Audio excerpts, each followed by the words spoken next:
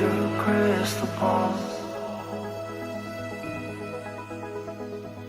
Adrift and aware of it all. Just squares and circles.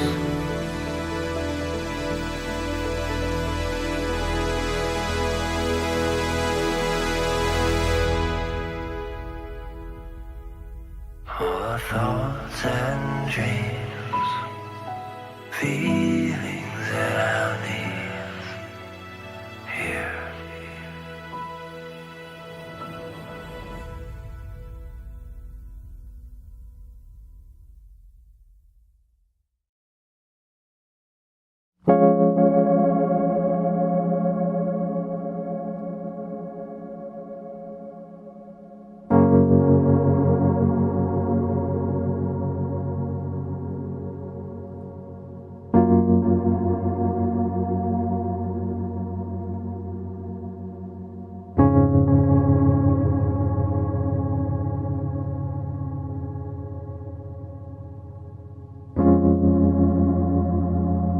Sitting by the waterfall,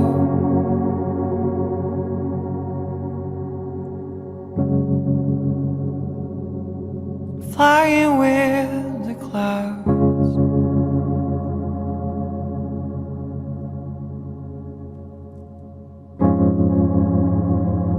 crystals dancing in the sun.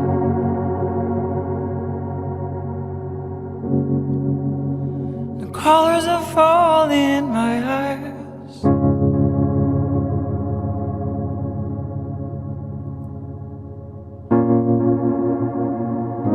Time don't exist anymore. Only pictures of light and pictures of darkness.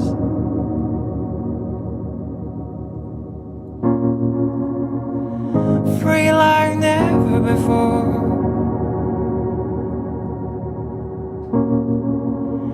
Like a river in the rain.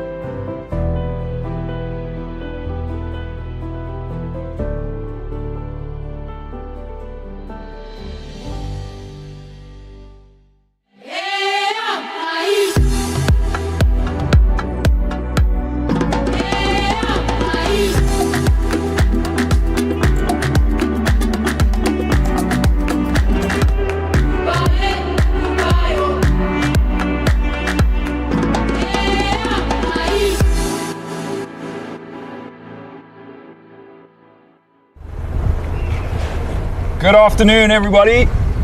Welcome to a very, very special live safari here at Painted Dog TV.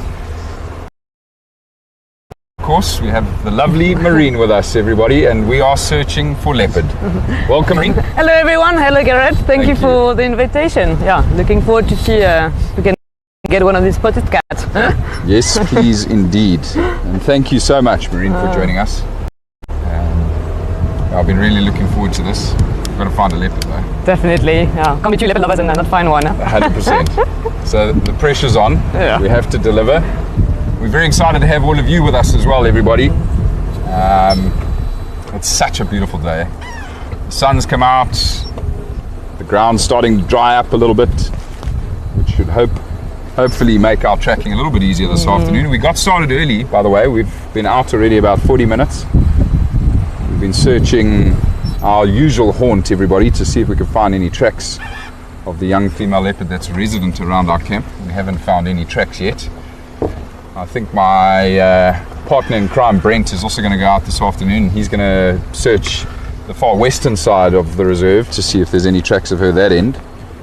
But we've started again in the area where these tiny little water holes are, and we'll just see if we can find any signs. We, of course, not only going to stop for a leopard, we'll stop for anything exciting that we come across.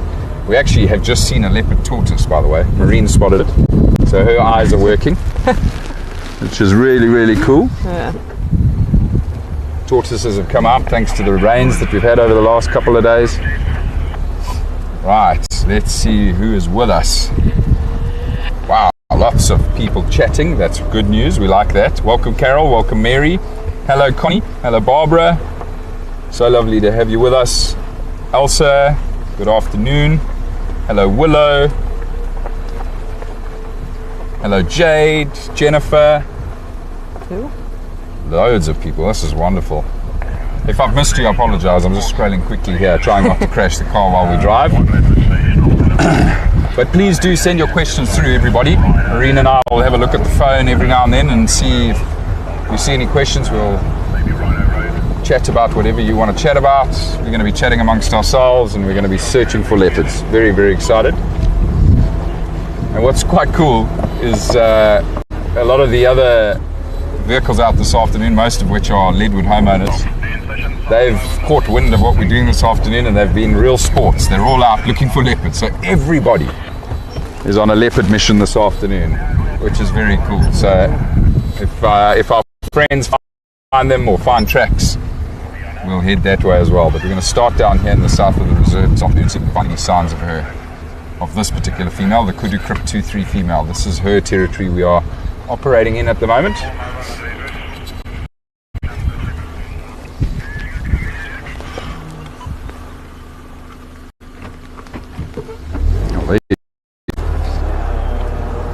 Right on cue. We got something. Leopard tracks. Ooh. Not fresh. But I always say, no matter where you're finding leopard tracks, it's always pretty cool, and it also gives us the opportunity to figure out sort of what direction they're moving in. I'll park myself in a wonderful position here. I just wanted to try get that angle. Basil, who's on camera this afternoon with us, everybody, and Yeah. just quickly point out these tracks that I've spotted on the road here. Oh my gosh. Well, Yeah. This is horrendous. Thorn trees You can see them right everywhere.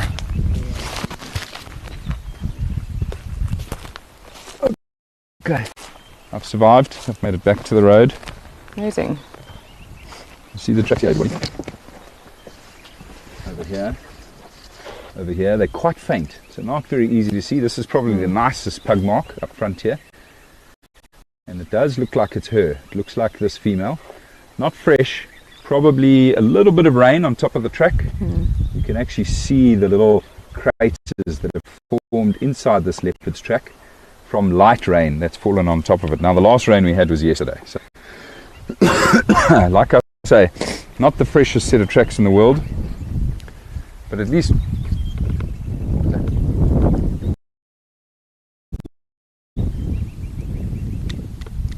thought I heard an alarm call there. Oh, we headed that way anyway. That's where the water is, everyone. We're approaching Kudu Krip here. One of these smaller reservoirs. We're going to have a look there. But yeah, as I was saying, it's just so wonderful to see leopard tracks, because you know you're on the right track, you're in the right areas, and hopefully find some fresh ones. Right, so I'm just doing my roundabout bushwhacking expedition back to my seat, avoiding to not get ripped up on all of these acacias. Let's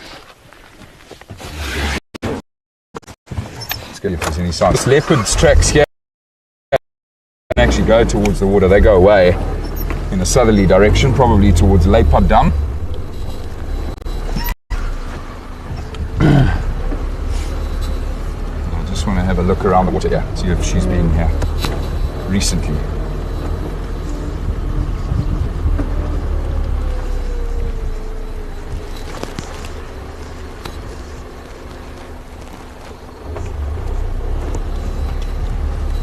Chris for Gareth.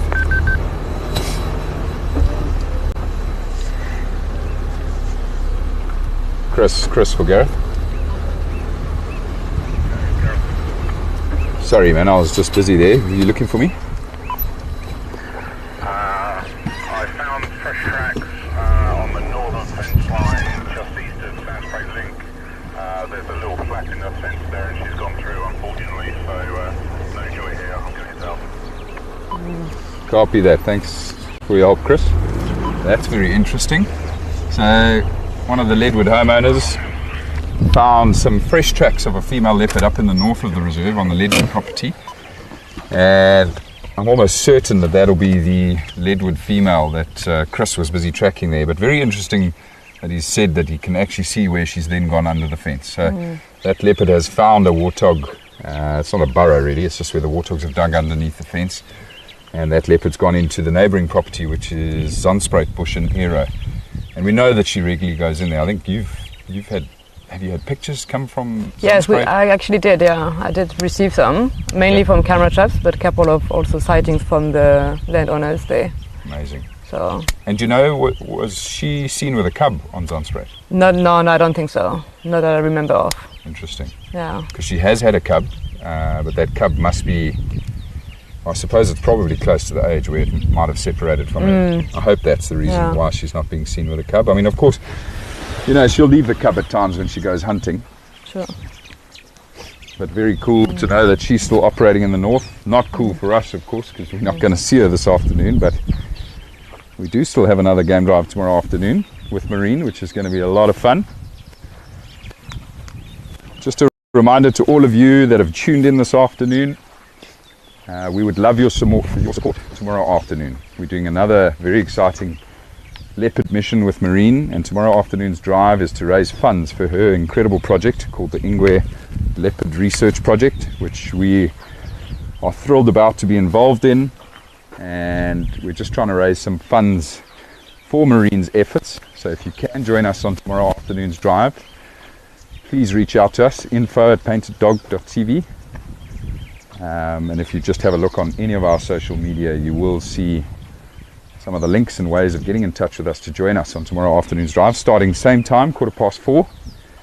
I believe it's $25 to join us tomorrow. No tracks of her here. Certainly a lot of birds. You can hear the birds chatting away here, most of which are Burchells and glossy starlings, waiting for me to bugger off so that they can come and have a drink, I think.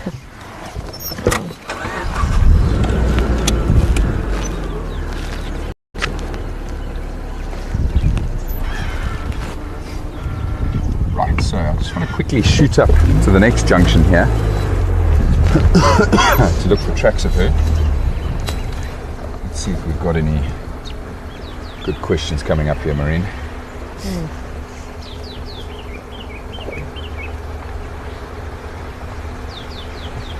Message from Mary. Hello Marine, thank you for all you do. Ah, sweet. Thank you very much for the support. It's amazing. Very cool. Oh. So Carol's asked the question, Marine, can you explain a little bit about the research that you do for those that don't know about it? Yeah, absolutely. Yeah. So yeah, Ingwe Leopard Research is mainly operating actually in the Rietspruit area, and what is very exciting about it is that it's the many reserves that decided to come on board and to start sharing information regarding leopards. So in Rietspruit we are on about 24 reserves now, if I'm not mistaken, that have decided to join the project, and basically the guides like Gareth and other guides from other lodges are collecting data on leopards, and we are using photograph to identify these leopards. So so far we have had over 2,000 images that were submitted by the reserve just this year, so it's quite a huge amount. And yeah, hopefully, I mean, the network is growing and it's hopefully going to carry on growing. But yeah, with that we're trying to count leopards in the areas, trying to understand movements, distribution, and yeah, see what's happening at a bit of a bigger scale rather than just at the scale of one reserve. So yeah, I think Fantastic. in few words. And how you know, once we understand, you know, better the population of this area and their movements, how does that help you with your project in terms of how does that help leopard conservation using that information? Yeah. I mean, I know that obviously the photographs are fantastic for using for ID purposes, but what is the drive behind it? What are some of the challenges that we'll hopefully be able to fix by understanding that population better? I think for me what is quite interesting is that what I realized is that most of the research in South Africa on leopard, so I think it's about 85 to 95% of the research in South Africa is done inside of like formerly protected areas and inside of like very big reserves that are very well known, and that we know there's quite a lot of leopard there, but no one is really looking at smaller reserves like Rietspruit that yet is still holding leopards population. So I think it's important to understand either the decline or the population is stable or not, and if we do realize there is a decline, then I think we'll have to look at solution as like the collaborative solution by including everyone, and some of those solutions can be like to try to mitigate some conflicts which could happen potentially with some leopards in the areas, or it could be also maybe looking at snares, because I know a couple of leopards are being caught in snares, so maybe we could have a look at all of the whole network, trying to have the same methodology to remove snares, to do snare strip, to help out, to avoid having so many snares being put out as well. And then one thing that could happen as well, why not, is there's one of the main roads in the area that is cutting basically the Rietspruit area, the R40, and that road I believe is a bit of an issue regarding leopard dispersal, with probably a couple of leopards being killed on that road, but we don't necessarily find actually the bodies because the leopards could be hit and then drag themselves away from the road, and then we never know basically what happened. So maybe there's some work to do on that road also to reduce the speed limit. Why not putting speed bump with leopard rosette on it or stuff like that. So leopard crossing point. Yeah, it's like we have zebra crossing and leopard crossing now. I like that. Yeah. I like that a lot.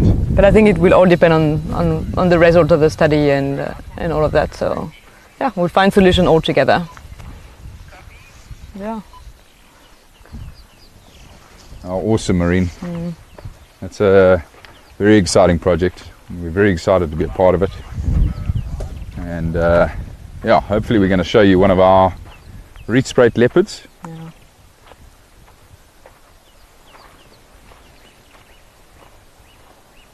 Just checking all our bases here. This is a very busy little intersection. A lot of tracks there. Yeah, lots of tracks here. Mostly warthog impala, and also some pretty recent white rhino tracks as well. But I'm not going to follow those for now. What we're going to do from here, everybody, is head down towards Leopard Dam. Just go see if anything's drinking there. You never know, the elephants might be swimming in the dam, might get a rhino wallowing in the mud. But we know that male leopard went that direction during the rain. We know that this kudu krip 2-3 female often hangs out in that area. Like I say, Brent will be working further adrift to us, further to the west, and he can really help us out if he finds any tracks that side. He actually made a very sneaky comment. He was on a phone call to somebody, I think it might have even been Grant Beverly. We were sitting outside at FC. Just before he hung up, he said, "Oh, sorry, I got to go. I'm going to show Gareth how to find a leopard." Okay. Shots fired. Maureen, Yeah. let's find a leopard before Brent. I agree. 100%.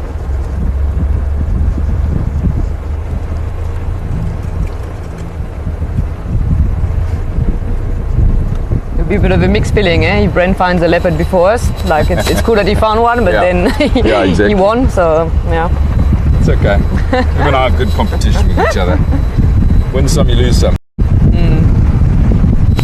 Now, I think I saw on one of your posts, I think it might have been on your story, that you mentioned that you're quite excited that there's some other properties coming on board. Are you meeting with these properties now? Yeah, absolutely. So the last time I was in Rietspruit was actually in May, and at that time there was only 9 reserves on board. And as I said, now we're on over 20.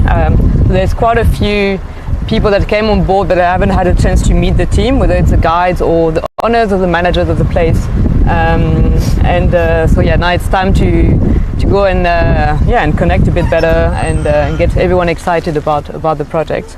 That's very cool. But yeah, there's like 4 big reserves that came on board. So hopefully they're going to start sharing data very soon. And what is very great as well is that quite a few have actually been collecting data for a while, but they were just keeping it for themselves, and now they can finally share it to Ingwe, and it will go under a much bigger umbrella than just themselves. So yeah, looking forward to receive all of that and and to go through all. That's very cool. Very exciting. Yeah, and I mean, a big thanks to all of the reserves that take part in it. Absolutely. I mean, all of this would not be possible without them. And I think it's amazing actually to have so many that were so keen and so quickly to collaborate and to share information. Yeah. That was a bit of the challenge at the beginning of the project, and a bit of one of my fear. Are people going to be keen to collaborate? And no need to be scared of. Everyone is on board, so it's awesome.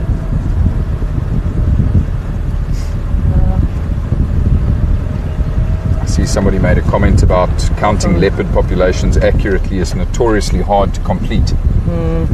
Very true. Yeah, absolutely. It's a very difficult thing. Like if we look at like leopards numbers in South Africa, the estimation says between 2.8 and 11.6 thousand individuals. So it's like such a wide range. And most likely there's about like 5,000 individuals in South Africa. But yeah, if everyone puts effort together, we can maybe get a bit of a better number and understand the true status of the population here. And I hope we won't, but if we do eventually one day find out that the population is actually quite low, then there's going to be like serious conservation needs that will have to be put into place. Yes. But yeah.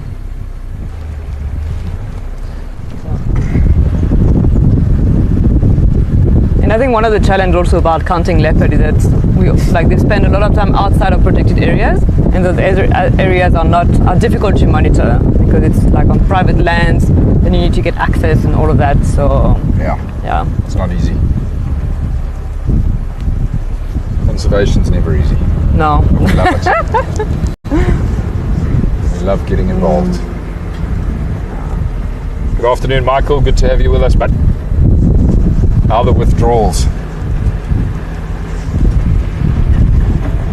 Question from Jennifer: are you finding local governments or pockets of government officials getting more on board with conservation efforts?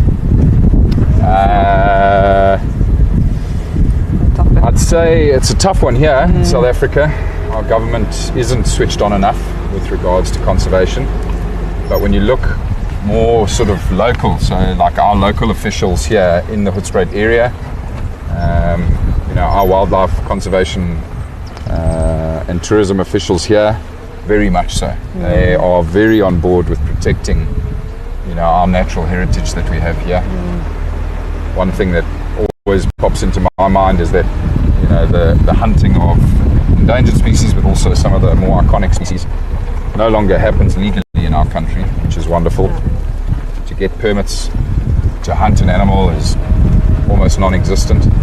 And it's funny because when I started guiding 14 years ago, those permits were still quite readily available. So it's not just passionate individuals like ourselves that take a keen interest in preserving our wildlife, but what's really awesome is it's also the people that are in charge of wildlife in these areas. But the government itself, I don't know. It's hard to get them on board. Never stop trying though.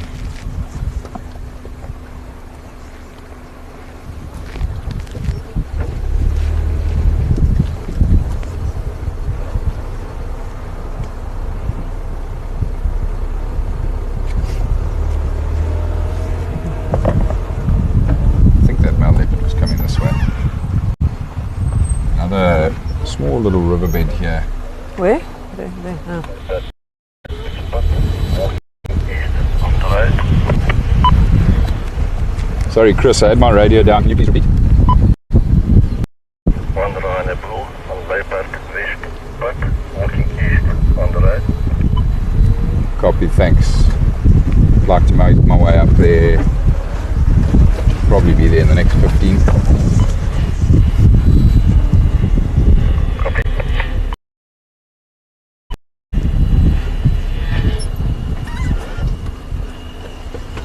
Yeah, that's a little bit here. Good leopard habitat, huh? Brilliant, eh? Perfect for her. We've seen her tracks go in here often, and then so too the male. Don't see anything fresh here today though.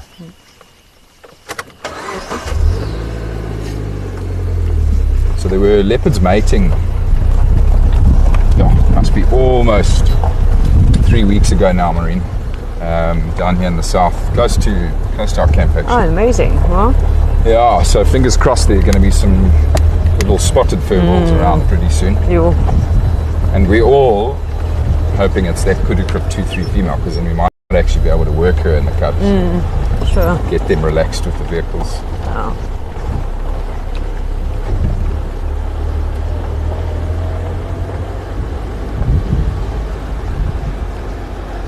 Leopard cub, eh? They are the cutest thing in the whole world, without exaggerating. Yeah. I honestly think, like I've said it often to a lot of people, you know, they always say to guests, people will always ask you, you know, what's some of the most memorable moments you've ever had as a guide? And for me, I've on 3 or 4 occasions been lucky enough to, with my tracker, discover where these leopards have had their cubs and see them when their eyes are still blue and tiny. Wow, yeah, that's It's unreal. that's As you know, amazing. Yeah. It's just the best thing in the world, and I could sit there all day long. I got very lucky during COVID, during the hard lockdown. Kate and I were still at Singita, and we stayed at the reserve to look after it during the lockdown.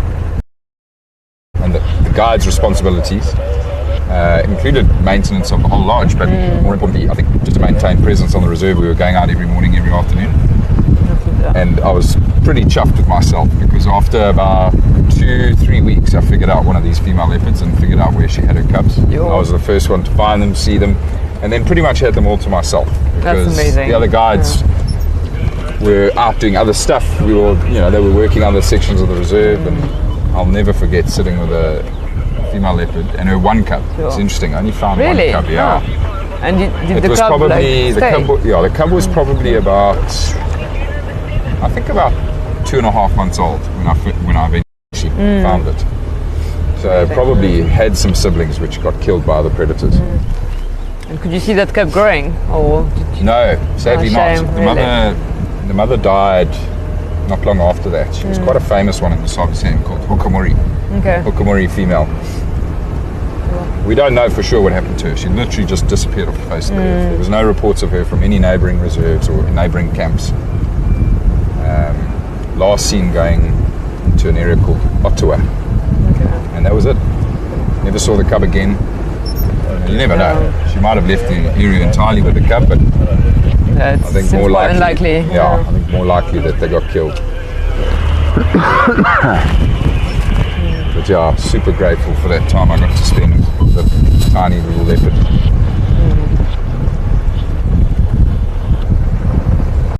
Yeah, like I only saw leopard cubs once in my life when I was working in the Delta in Botswana, and I just cried. Like I couldn't, I just couldn't hold my tears. Yeah, it is. It was just, pride of happiness. Oh, I'm Amazing. sure. It's such a rare privilege to get to see them in that little.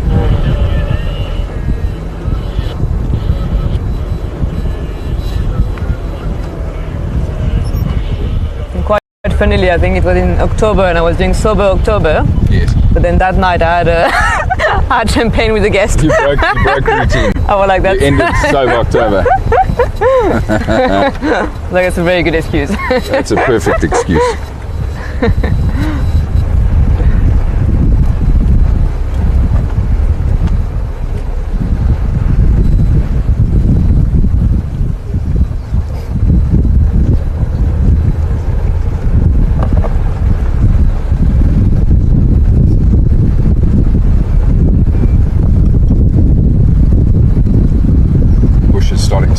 green already.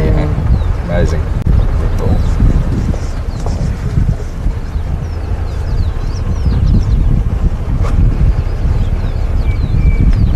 Pretty decent rain that we had in the last 48 hours. I think we've had about 25 mils of rain. So that's going to do wonders for this ecosystem, that's for sure.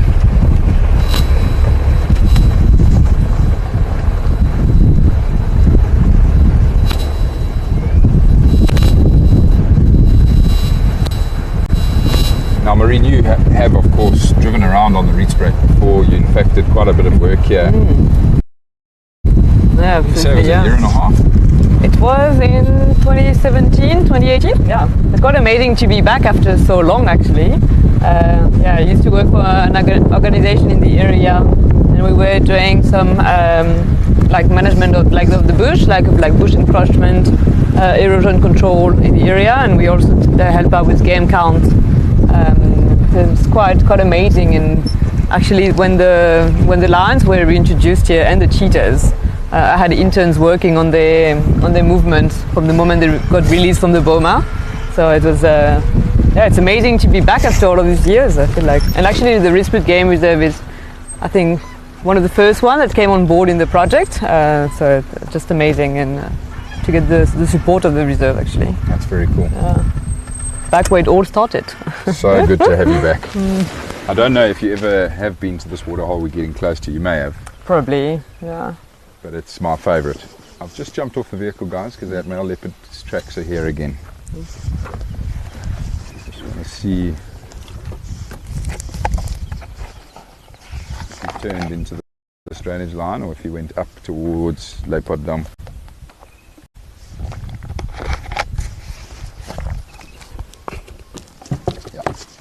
Right here. So it's interesting because there's a track here now, everybody. Back there he was walking on that side of the road. Now there's a track in this little dry creek. So what he's done is he's walked along the road here, and I'd put my salary on the fact that he went underneath this guarri tree that you see growing here, sprayed his urine, walked through, and then came back towards the road just here. Now this track does look a little bit fresher than the ones we had back there. Head up towards the dam and see if we can find where he had a drink there, and you never know, you might hear some alarm calls in that area. It's not a super hot afternoon, so it is possible that these leopards might be active already. It's quite a nice cool breeze that's coming through.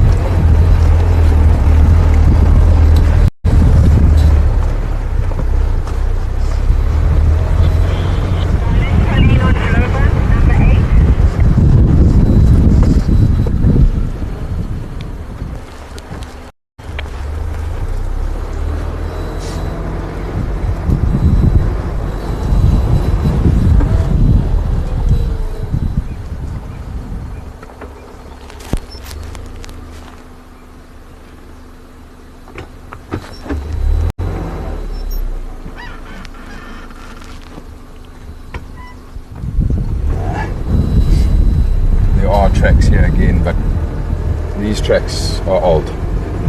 I think maybe because of where those tracks were back there, they look better than they are. But this is the male, everybody, that we have tracks of here, and we know that he's quite skittish. I think I've told you all, but I've only ever seen him once out on a drive, and it was actually at this very waterhole that we're approaching here, Leopard Dam.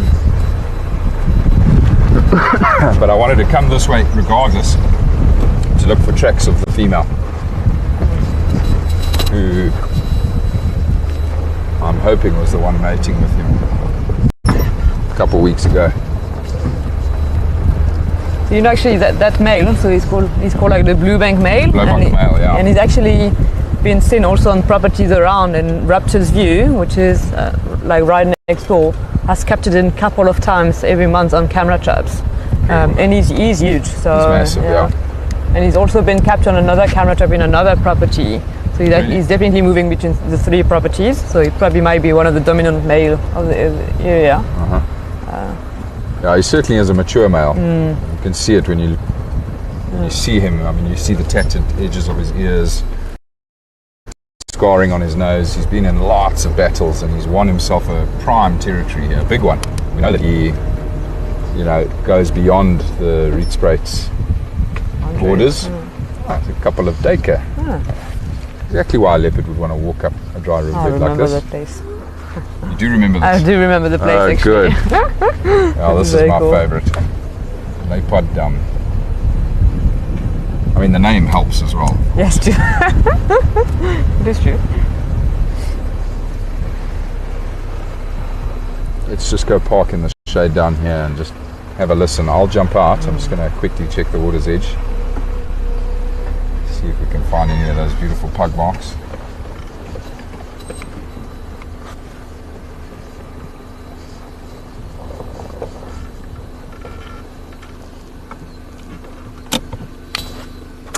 Gorgeous. Sure. Amazing.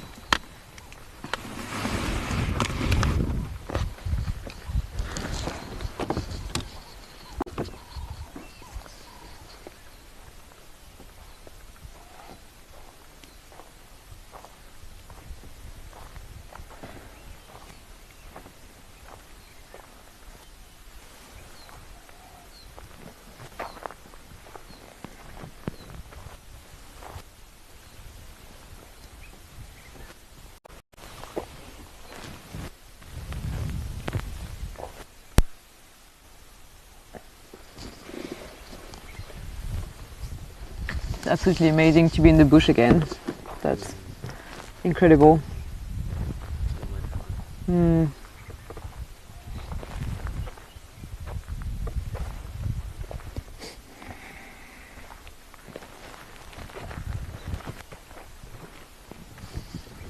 Check these messages.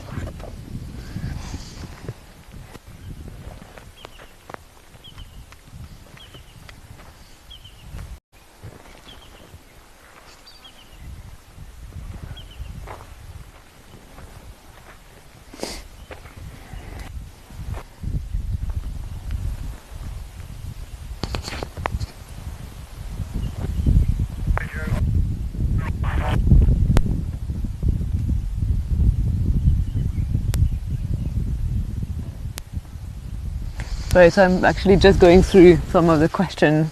So just for like one of the question is regarding gathering population estimates and to get like an accurate count.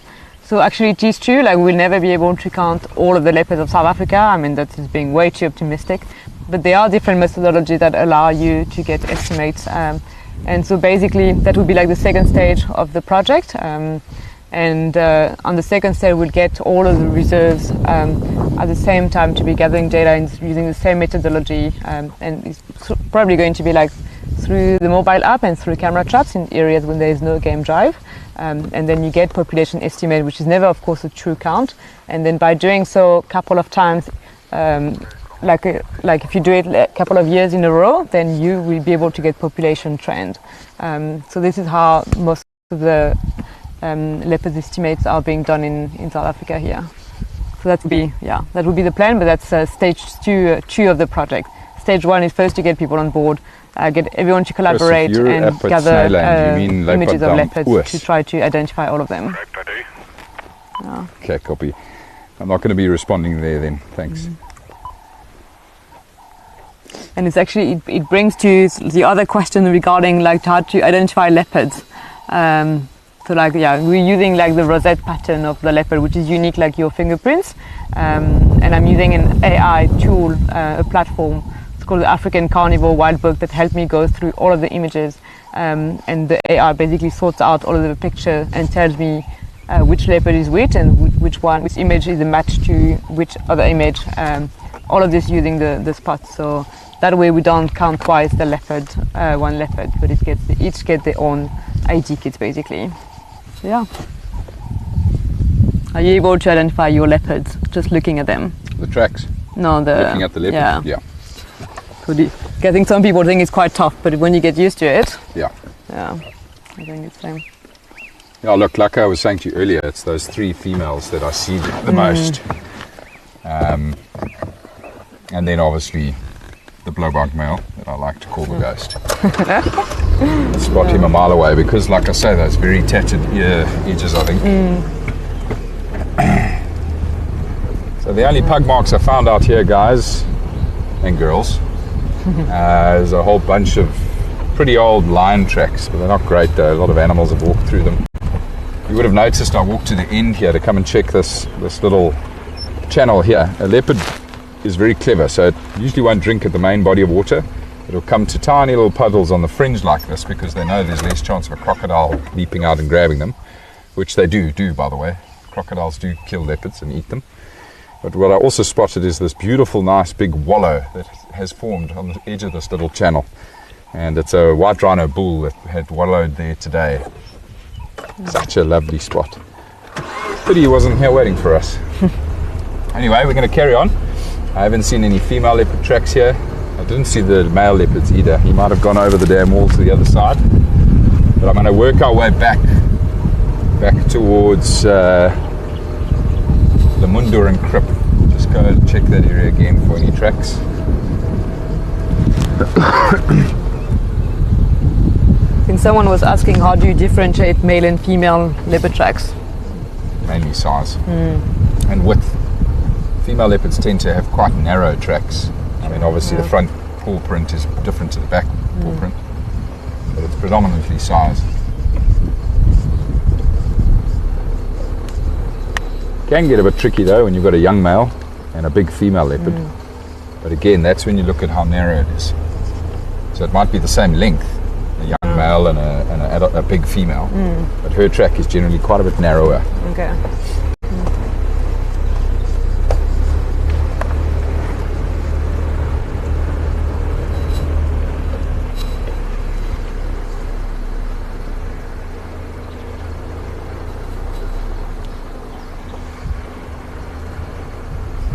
Like me, you're burning holes through the bushes with your Yeah. eyes trying to spot this leopard.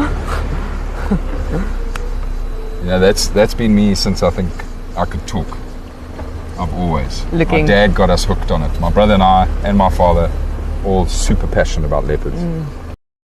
What? When we were little kids, exposed to it from a young age, going to both Kruger National Park and private reserves.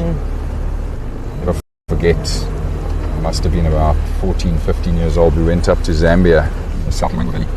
Stayed at a camp there that my dad's friends were busy refurbing. And we got to stay there almost practically for free for 2 weeks. Wow. In prime habitat and lots of habituated leopards. We counted 23 different leopards with our guide, who was local on the ground, knew them. Obviously, I was very young at that time, but our guide confirmed 23 different leopards in 2 weeks in that area. This is insane. Crazy. Watched a leopard kill a puku, young puku.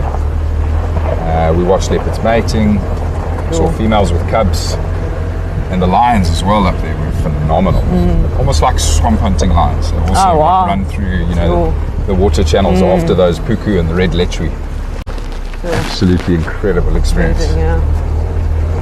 So why would you say like you got that feeling about leopards more than with lions? I think we probably fed off my dad. My dad has always been crazy about leopards, and he also used to bribe us when we were little kids. When we were in the park, he'd say, "Right, whoever spots me a leopard gets 10 rand." Oh, really? Yeah. So Matthew and I sat glued to the side of our car like this, searching for them. And I think it was the challenge. I think the challenge of finding a leopard has always, for me, been something that I absolutely love. I love trying to find these cats because of how elusive they are. I do love a challenge. But then, of course, having worked on some of the most incredible private reserves here in South Africa for 13 years, I got exposed to the tracking element so much more as well, and obviously behaviour of leopard, but the tracking side of it I really took to it, and so I learned a lot from the trackers I worked with. Some incredible trackers up here in the Lowveld.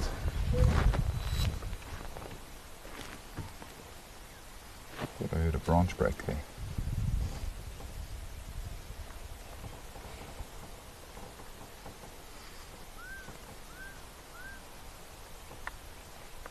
Common scimitable calling there.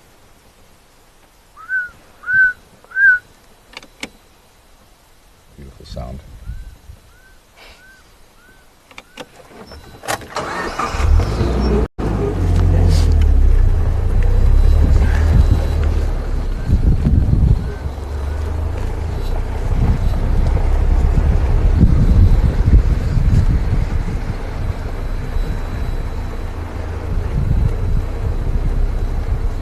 Daryl's asked the question, have you kept a count on how many leopards you've seen? I don't know about you, Marine, but I certainly have lost count.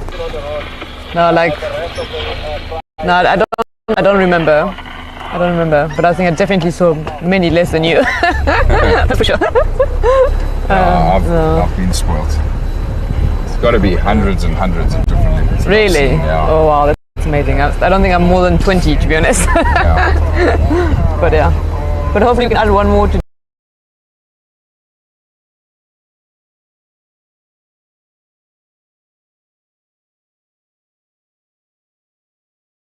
I hope you have time ahead of you because we're not going anywhere.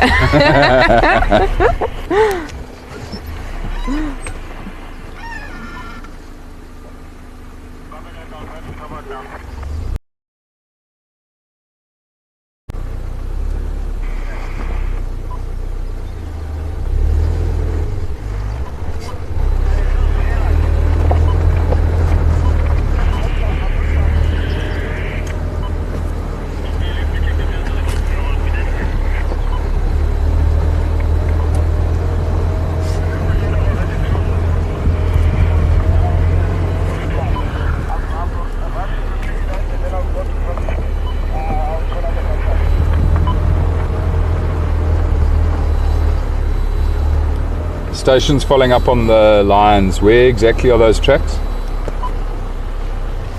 I had a visual of a private student.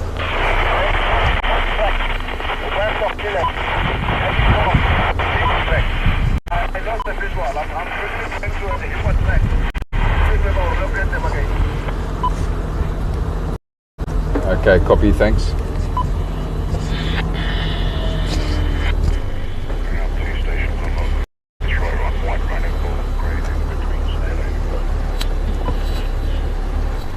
Right, so just getting an update there, everybody, from one of the guides from the eastern side of the property. He's just seen the Pride and the 3 males all together on the kind Lowveld property. So we're not going to get there this afternoon.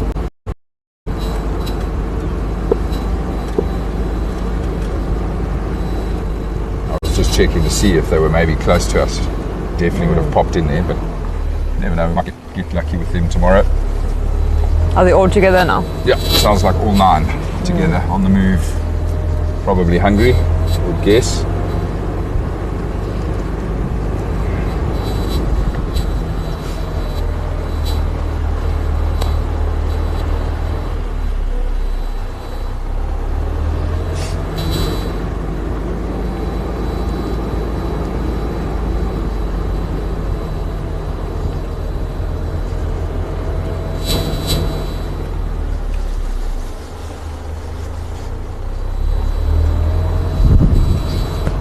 Thinking now,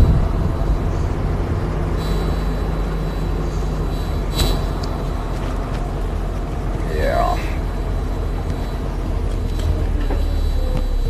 apparently I'm making a lot of noise through my mic, everybody. I have readjusted it. Hopefully I'm not bugging you anymore.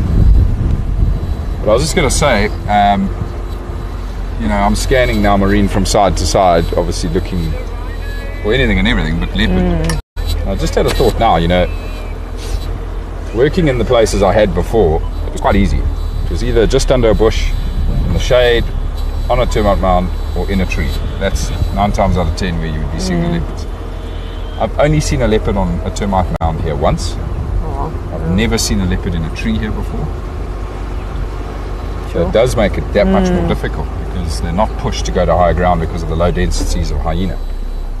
Sure. I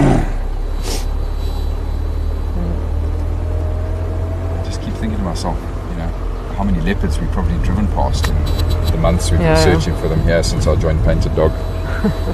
I wish we could knew that and we could know that because it's we're quite sad actually. Yeah. Yeah.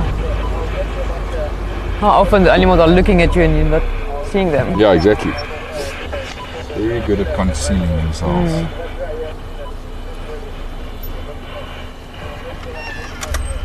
So those two, when they were mating in here, this block here.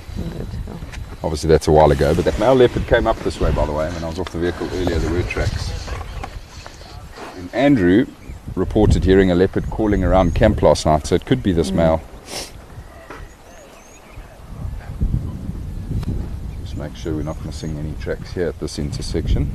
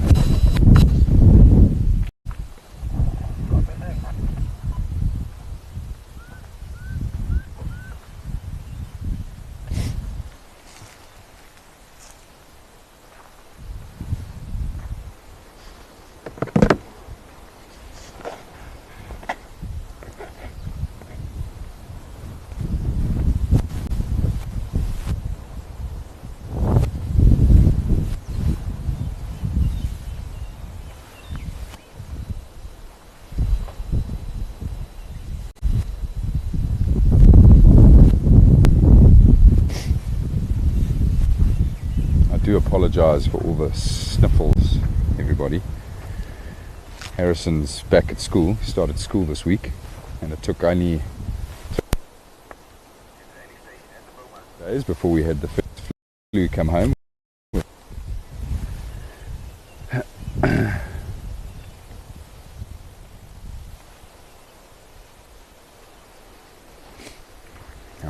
No tracks along here.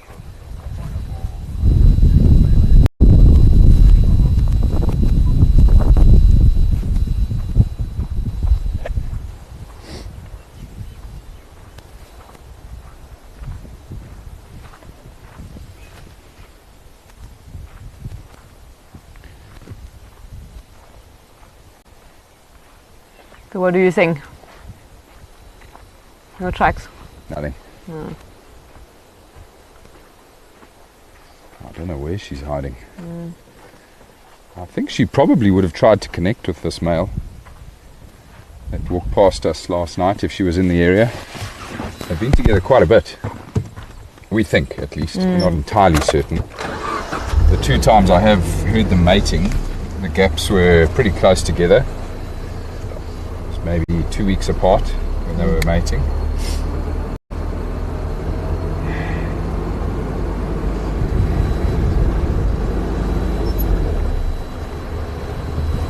She is young. She's quite small also, eh? Yeah, she's small. Small female. Yeah, she's small. Still got to fill out a bit, I think. I think she will grow a little bit more.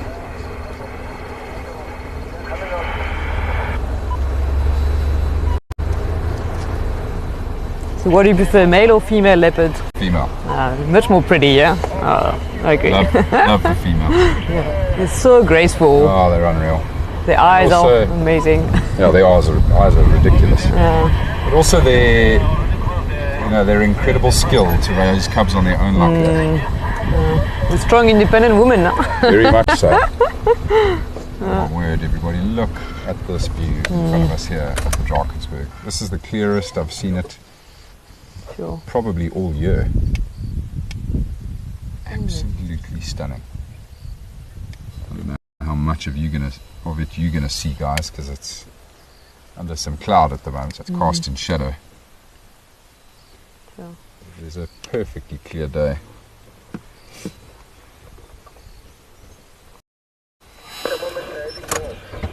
I wonder how many leopards are walking around on top of those mountains. I'm sure there are a couple. Must be, yeah.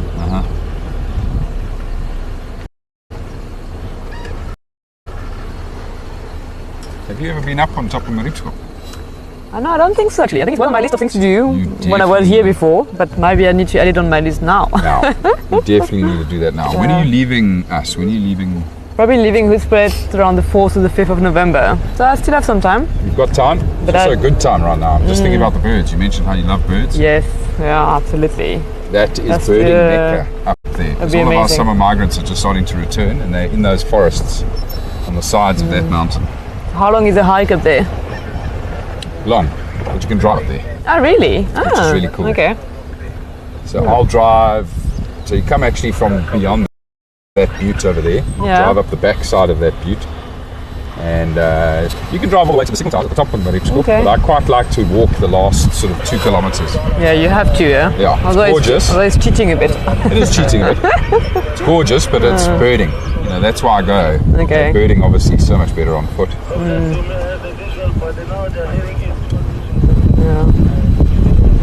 Are you keeping a bird list? Yeah. How many birds, South African birds do you have? I've got 526. Oh, well, I think I'm exactly at 426 actually. Seriously? Yeah, we are 100 apart. That's amazing. That's damn good.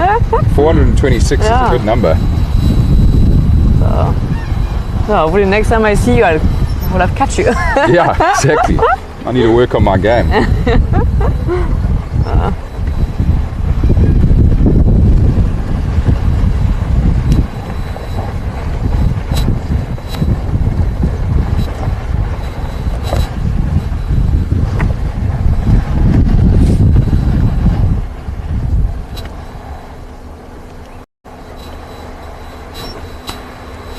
I don't know, were you reading some of the questions? Yeah, I while was did, gone? The one from Michael about local communities and the work that you're doing. No, I haven't. What is this? So Michael asked, can information derived from this research be used to help local communities avoid conflict with leopards and other predators? Yeah. So, yes, I mean, definitely, I think it's like eventually one of the other stage of the project will have to involve the community in the area. I mean, conservation can't be done without the people. So I'm very hoping to get them involved and also to one day share also maybe sightings of the leopards, like if they have, if they know they lost livestock to predator, they will also be able to share it with the project. And then one of the idea would be like for all of these people that might be losing livestock to predators, if we get reserves on board and citizen scientists on board and everyone like basically talking the same language, maybe when there is a need like to help out these people will be more inclined to give a hand and to compensate. So I think it's basically the idea is really also to build a community of like leopard lovers and wildlife lovers, and then when there will be a need to help out with this from the community or snared leopard or anything, then people will be more inclined into maybe donating and helping out and participate because they get attached to those individuals. So They're invested. yeah, exactly. Yeah. But it would be like we'll have to do a study about it though, regarding like the conflict between farmers and wildlife. It will have to be done like proper study. Yeah. Yeah, it's one that really upsets me there. Yeah, particularly when farmers have been approached and they know that we have concern for leopards on their reserve or rather their farm, and we've said to them, we'll come and collect them. We know that moving leopards around is very difficult. Yeah, and But it's surely there's a way that we can move a leopard off of that farm, yeah. or there's probably ways of deterring leopards from their from their livestock. Maybe we can support these farmers in building better enclosures for their livestock. I think I remember in March there was a global leopard conference, which brought so many people that are experts of leopards in the whole world. And actually, one of the researchers was busy developing a chemical that was a strong repellent for leopard that could be put on fences. And the first results were amazing. So there's still more work that needs to be done on it.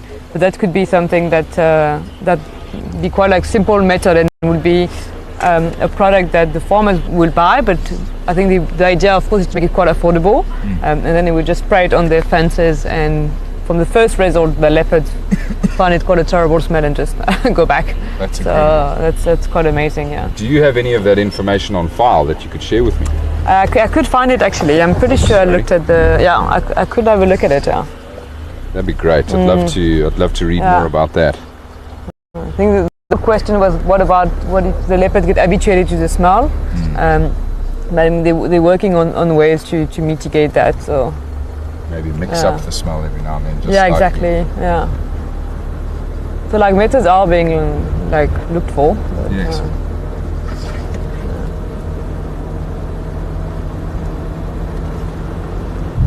I think the issue with enclosures, though, like even if you build very strong enclosures, leopards are Yeah, they're clever. they're very clever. They So, are very clever.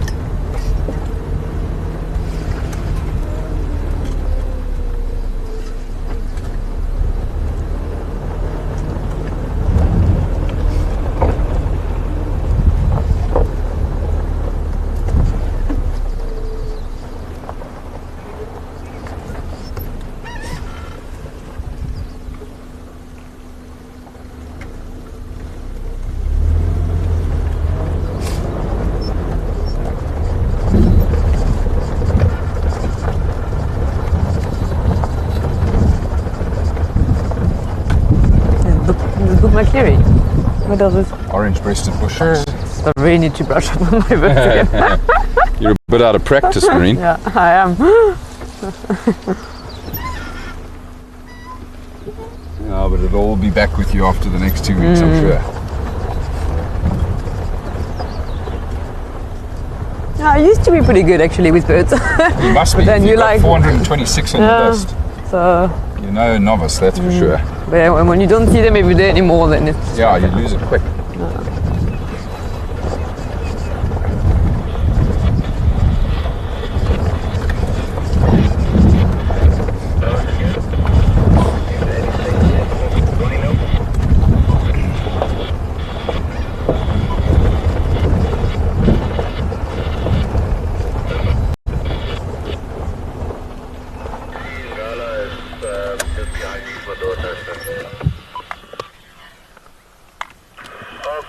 look at the Oh, suicide awesome. bird.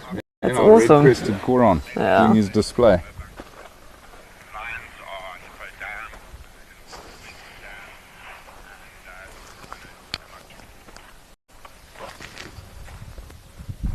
Copy that. Brent for Gareth.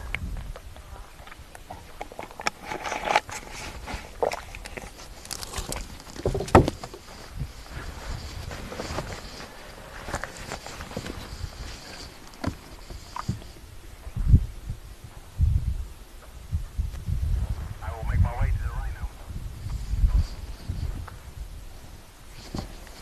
Brent for Gareth. Standing by. Where are you checking? Mamba Krummelplatz down towards Lewandering, and if nothing there, I'll check the western side, Roy Vankies. Okay, copy. Yeah, I went past Leopard earlier. No signs that I could see there.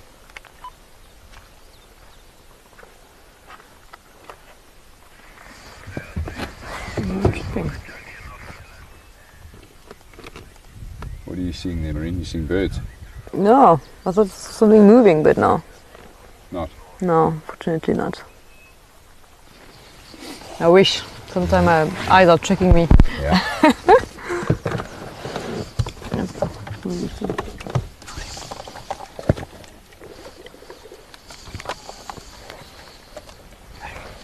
Go away, bird saying hello.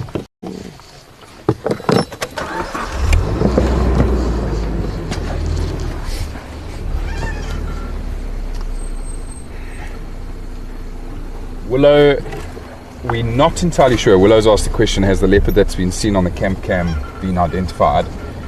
No, not definitively, but I'm almost certain it's the female we're searching for now, the Kudu-Krip 2-3 female. I think she's the only one that comes and drinks there close to camp. Well, I'm pretty sure the male does too. The blowbunk male.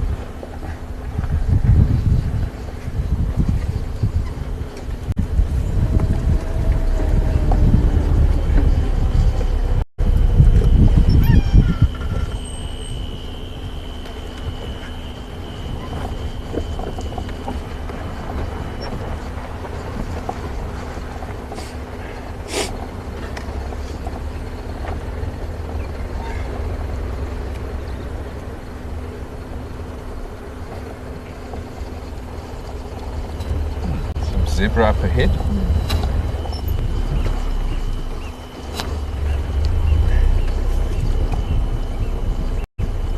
Can you see some zebras? Push through here. It's difficult because, of course, we're now looking straight into the sun. Ah, yes, okay. Hoping they're not going to spook from us and stick around a little bit. They seem pretty chilled.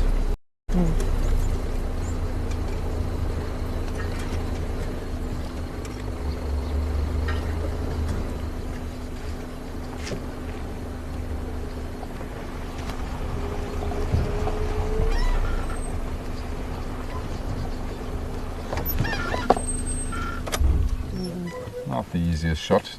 They have just moved behind some of the trees here. Look at that camouflage, everybody. It's unbelievable. Especially if a zebra stands dead still. Those stripes really disrupt their body outline so well.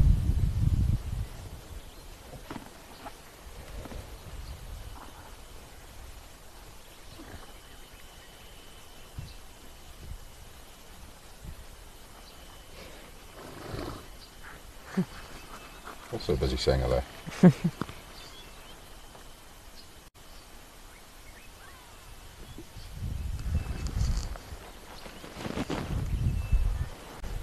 Basil, are you on a high scent? I'm going to need to borrow yours. This one's dying. Thanks, bud.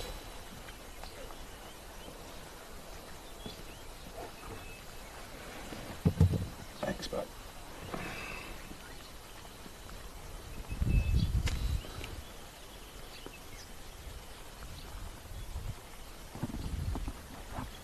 Just like that, they've disappeared.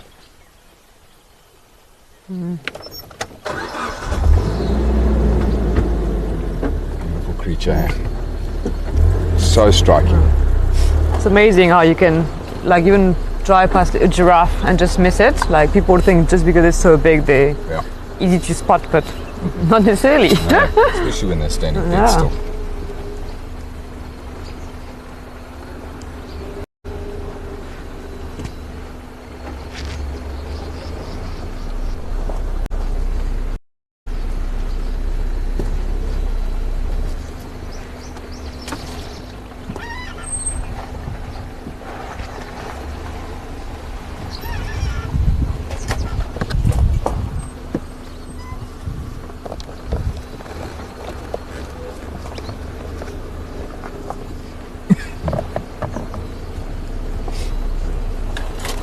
So Marine, besides coming out here to touch base with new reserves that are on board, do you have any other plans? What else do you need to achieve during this trip? Is there anything data collection wise or camera trap wise? Do you have camera traps up of your own, or just relying on everybody else? No, I do rely on everyone, definitely. Unfortunately, like, camera traps are quite expensive, and they requires also a lot of work and a lot of almost like field staff, which I don't have because I'm a one-person team with many partners, but a one-person team. Sure. So eventually, hopefully, one day would get cameras, but then I will have to be in coordination with other people that will be looking at those cameras, and exactly, that would be the idea. But actually, we're working on a very exciting new project, to be completely honest. That's very cool. So, I mean, it's a new project. It's not entirely research related. It's more conservation related. So, we're working on maybe developing a bit more like conservation safaris. Very cool.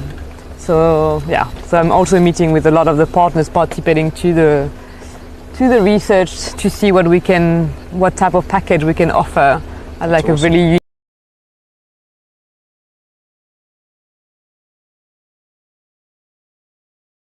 Ingwe as well. Of course. So that's of course. Yeah. That's awesome. A lot of meetings regarding that, and so far the meetings that I had were very positive, and the lodges are extremely excited about participating to this type of safaris and offering this. So that's Well, that's great news. I wish you the best of luck. I hope those meetings continue. No, I hope so too. And for any of our viewers this evening, everybody, if like to help us with our leopard research, our leopard conservation, please reach out. info@painteddog.tv. And then of course any of the funds that we raise tomorrow in tomorrow's live safari, special leopard live safari that is, that all goes straight to Marine and Ingwe. Be amazing, yeah. So like just like with all of the money that would be raised and that has been raised also in the past through the recent crowdfunding that stopped. The idea, of course, is to extend the reach to ensure like the project is financially viable, that we can also carry on getting more people on board. But eventually, what I love is to probably like hire a local person that will be also helping in the area, being like really the point of contact and working quite closely with future students as well. Nice. So that would be a great thing. But that's So cool. that's one thing. It could be also maybe acquiring some cameras, but then we'll need someone to monitor those cameras. Yeah. So yeah, that's of course there's a lot of possibility that can be done with extra finance. Dollars make the world go round. Yeah. We sadly need a couple of those.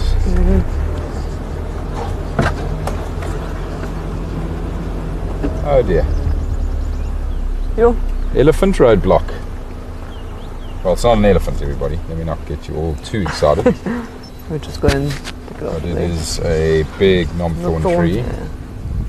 What we're going to do is just creep around it, Marine. Just make sure you don't touch this knobthorn. Yeah. And then we can move it. That's too big.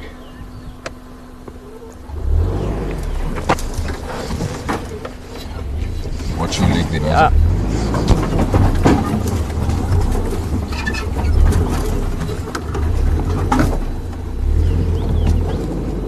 Don't touch this tree, Basil. It's Yeah. gonna hook your hands.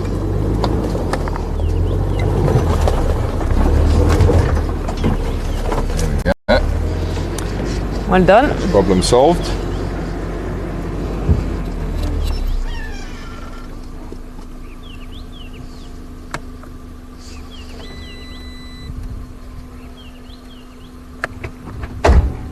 Okay, feeling good now. It's leopard time. No, it is. Yeah. What time? What time is it actually? It is now 5:30. Oh, Jeez, time flies by. that's true.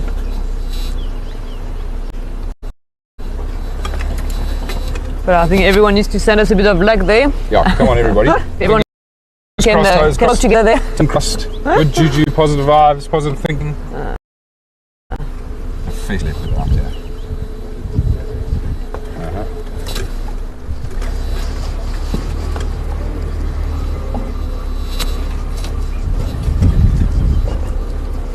Did you copy him as well, Basil? He's just talking to me, making jokes, don't worry. I'll tell you when it's something important. Another zebra. Another zebra. Oh, younger. Oh, Youngster. there's a young one. Most amazing light on that little zebra. Not too little, a couple months old already, but look at the light pushing through the mane.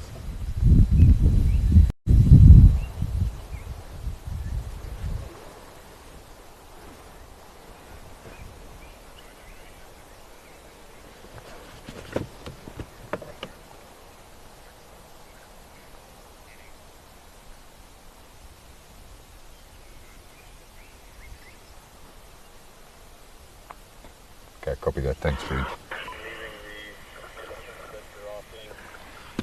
Alright, everybody, we're going to love and leave this beautiful little zebra. Brent's found tracks of the female leopard we've been searching for, or at least we think it is. So where we were... no, in fact, you guys weren't with us yet. We weren't live yet.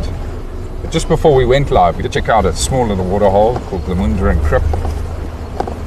One of her favourite spots to go drink at. Brent has found tracks of her on the other side of the river, away from that waterhole, so to the west. So I'm just going to pick up the pace, everybody. I want to go straight in there. A lot of our regulars will recognise this area and will also recognise the riverbed that Brent's referring to, where she's headed toward. It is sadly gremlins everywhere in that little riverbed, so I'm hoping that she might just come out of it. We're just going to go hang around in that area now, everybody. Listen out for alarm calls, see if I can find any more tracks.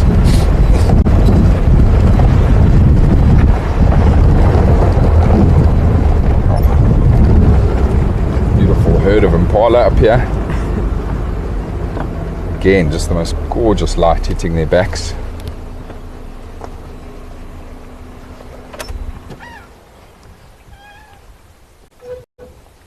We have really good populations of impala on this reserve, and one of the reasons why leopards are attracted to this reserve and thrive here is because of the abundance of this antelope. One of the most common prey species. Leopards, however, are remarkable in their varied diet. It's incredible how many different things they feed on. Amphibians, reptiles, birds, mammals. They are really, really good at surviving in any sort of environment, but are attracted to areas with antelope like the impala because it's a more sustainable meal. Not that an impala is easy to catch, by the way. Quite difficult. Never tried yet, but No, I have. have you? I have. And how did it go? Not well. I was slightly inebriated, running under the light. I was about to ask. Trying to catch an impala. I actually did catch it, but then it kicked me in the face, so that was the end of Really? that. So good punishment. Yeah, exactly. Perfect punishment for a fool who's drinking too much. Who's never tried to do that? I don't advise it. Pala, Nigel, Jeez, like, crocodile. frightening though, hey, you know, how powerful that animal is. You look at an impala and so often you think that it's, you know, it's not quite the strength of a leopard or a lion or a buffalo. That thing beat the crap out of me. They are so strong, so powerful. So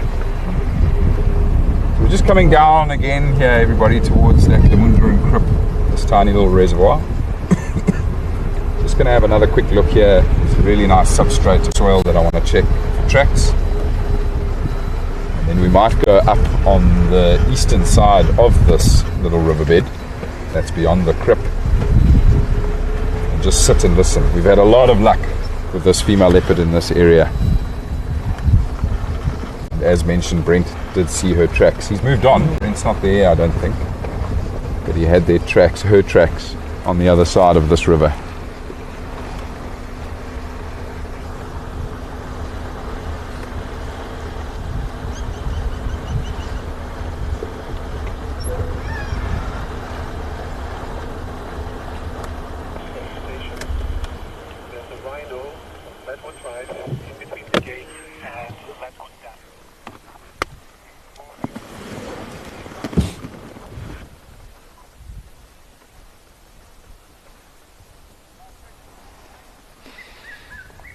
Oh, beautiful call.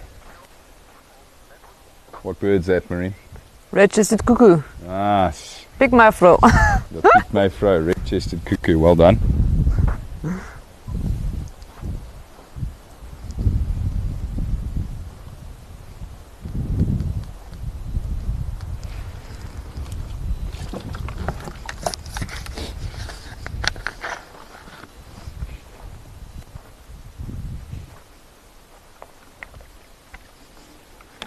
Jeez, male leopard gets around there. See more tracks there. Yeah, his tracks are here.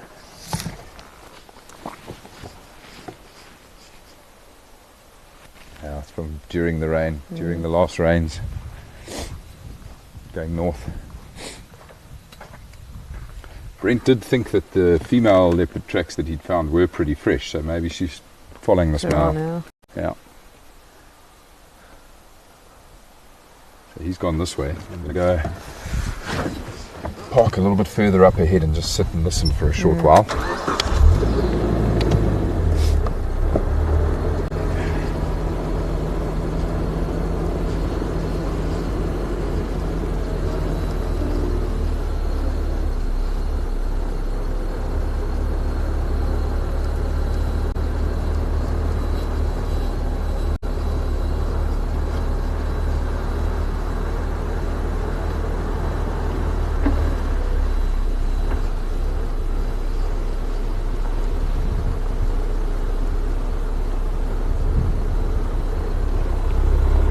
Betty, you've asked a question about a leopard with one cub. Not too sure. I don't know if you're maybe referring to the cheetah that had the one cub. There's no female leopards with cubs that we know of at the moment here on the Rietspruit Game Reserve. No. We think there are a couple pregnant females, however, so are expecting some cubs soon. And then if it was the cheetah you were referring to, Betty, no, she still hasn't been seen. It's been a good little while now. Oh, the last cub. Yeah, with the last cub. Last seen on Leopard, pretty close to the gate. But I know the male lions have been going up there quite a lot, so I'm hoping she's moved out of that area now and taken the cub back south. She did come down here once. We had a wonderful sighting of her and the cub right outside camp on the airstrip there.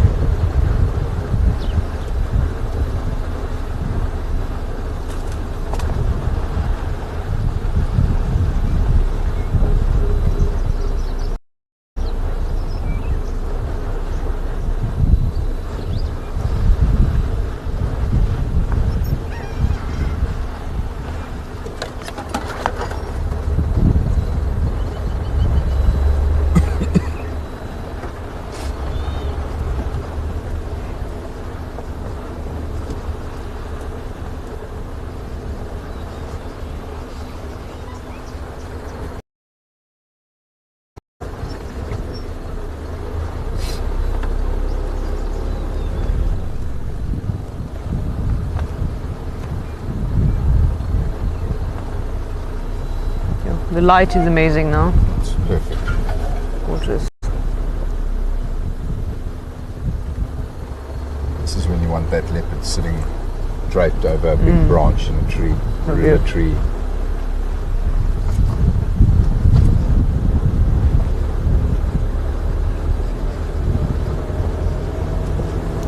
Well, we're getting into the right time, no? That Yeah. she might be This moving is around and definitely leopard time now. She'll definitely be on the move. That's what we're hoping for. Hoping she's come out of this riverbed, which is now only 250 yards here in front of us. We're just going to sit here for 10 minutes, everybody, and see if we don't get lucky. If you have any other questions, please send them through to us. We can sit here and chat about leopards while we wait to hear one calling close by.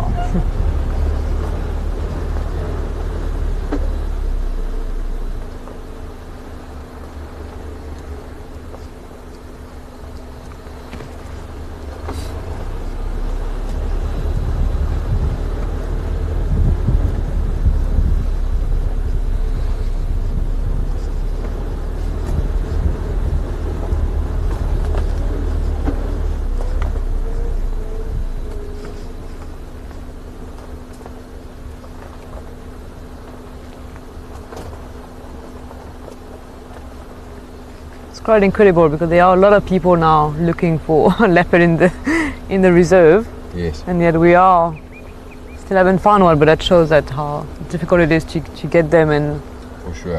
why are we so exciting when we actually see one. Yeah.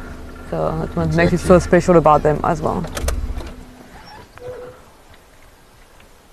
Yet again, just such a perfect spot here. Look at the granite rock here. Perfect place for a leopard to just sit and rest.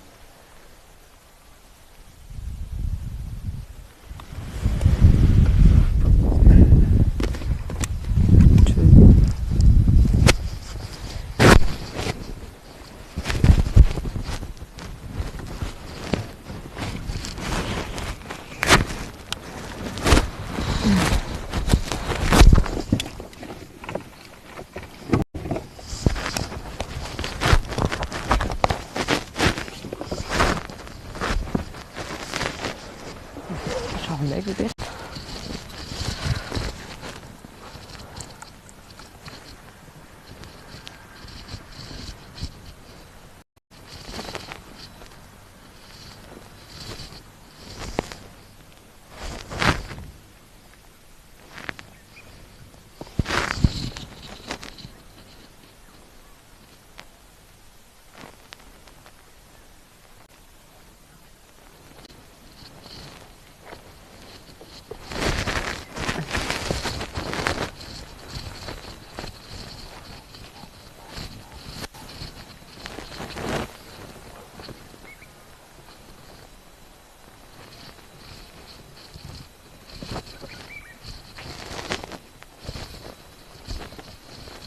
Gareth, what do you think is this thing? What you're supposed to. Does it look like a hoof? Is it?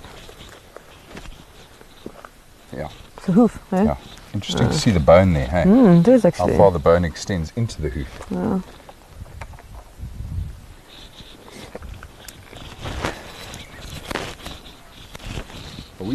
Are we the first reserve that you're visiting on this trip?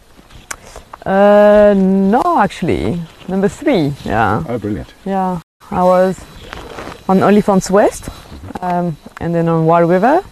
Now you guys, yeah. I think I'm visiting over 10 or 12 different properties. Awesome. Yeah. And I'm not counting how many people I'm meeting with because that's That's that would be a bit too many. it's a list a mile long. Yeah.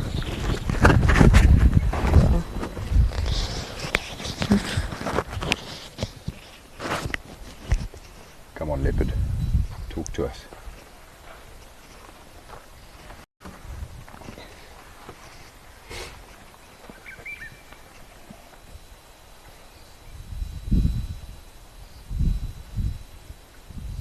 And she could literally be lying low, Yeah.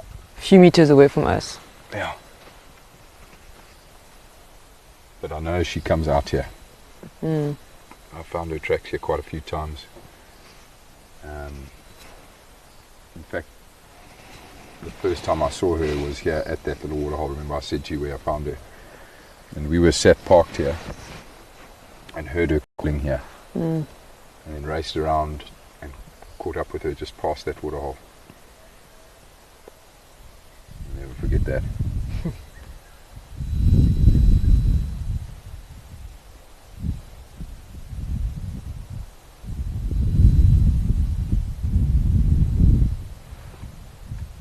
Temperature's dropping very quickly. Yeah. Perfect time.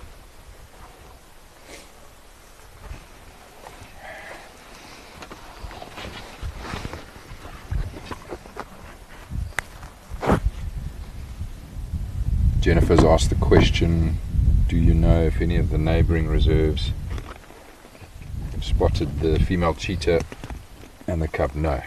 No, we haven't heard anything from neighbouring reserves. It is of course possible that she might get out and move into one of the neighbouring reserves. We haven't had any reports.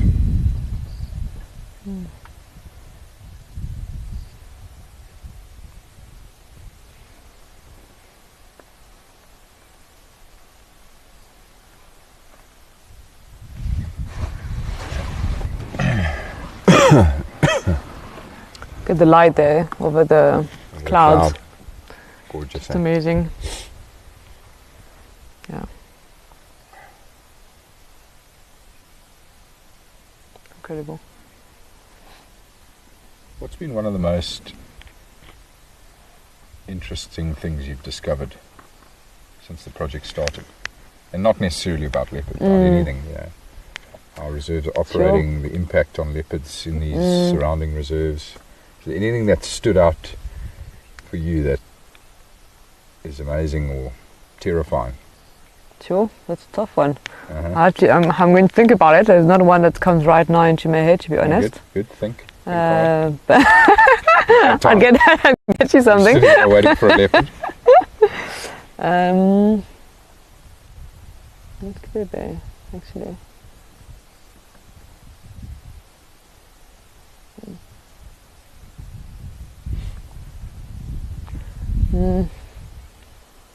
I think maybe, I mean, it's nothing actually that's frightening or not, but I realize, you know, like it's in South Africa, I feel like there's quite a lot of ego in terms of like all of the reserves and how reserves are managed and all of that, and I think it goes in the way of conservation quite a bit, and I feel like with the project now, maybe we can just break down a bit of that ego and show that we're working rather much more together than as one person, and that I think people are realizing maybe a bit more that it's about the bigger picture now and not about themselves. But yeah, it's otherwise. That's a very good point. Man's ego is certainly big here in South Africa, and to the detriment of our wildlife. Absolutely, yeah. But And I think I've seen change, even with the citrus farmers here. Western side of the Rietspruit Game Reserve, I've seen change happen there in a very short space of time. Just in the last maybe 8 or 9 years. positive change. Positive change. Farmers who are willing to, first of all, let us know that they've got a leopard on their property. But secondly, to try and deal with it rather than destroying the leopard. Yeah, that's good. It is good. But you are right, I mean, there's still lots of ego out there.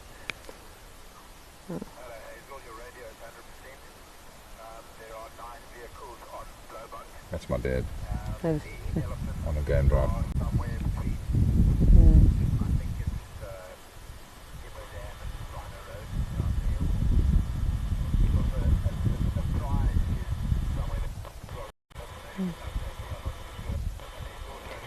And like also, also like, to be honest, when I started the project, and I thought, being a woman in conservation and being French also, like it's quite tough to come to people and to say, okay, let's do this together. Like I think it's not easy, but yet people have been very welcoming actually, and open, which I was a bit scared of at the beginning, because like a French woman coming in and tell us, okay, let's work together. Like, who is she? Yeah. But interesting to see that people were actually open, and so That's great news. yeah.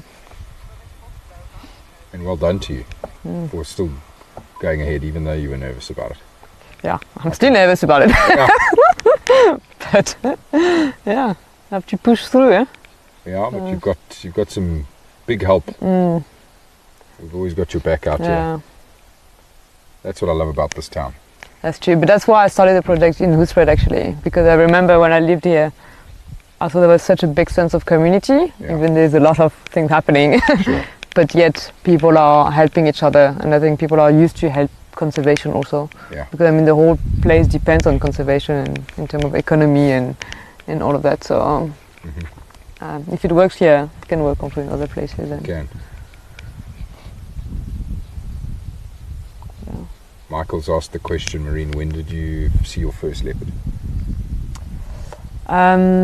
so it was definitely first time when I came to South Africa. So I'm just trying to remember. But it must have been in Rietspruit in 2017, and most likely in the glacieri when I was working in the glacieri. Yeah, so that's when I was. What were you doing in the glacieri? So I was working for a volunteer organization, and we were doing game drive in the glacieri there. Okay, So awesome. yeah. I don't think I saw one before. I definitely don't remember the first leopard I saw. I was too little. Tough, eh? Tough life. Tough life. Yeah. All right, everybody, I think let's move a little bit further up along the river. All quiet along here for now. I think we're probably directly opposite where Brent reported those tracks, and he said it looked like she was coming east. So towards this riverbed which sits right in front of us here, but she might have entered the river and then gone up river. Or rather, sorry, down river from here. So we'll just keep going along here slowly.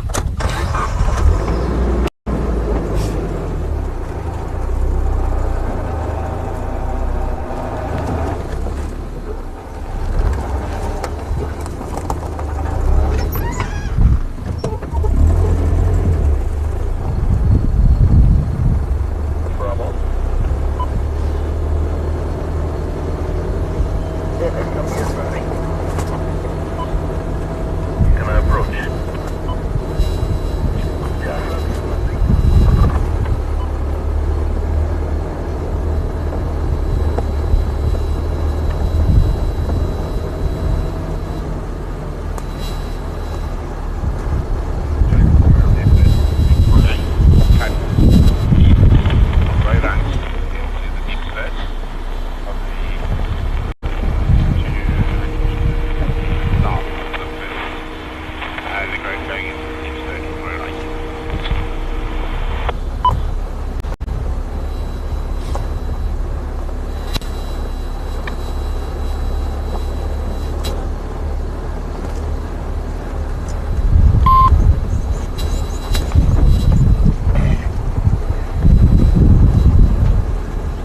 That was Brent on the radio now, just confirming that she's definitely gone into the riverbed.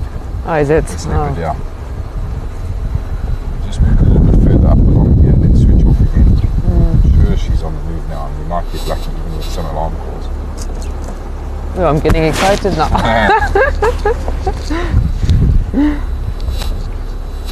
How lucky am I that I get that feeling almost every day? No, it's true. It's crazy. It is true.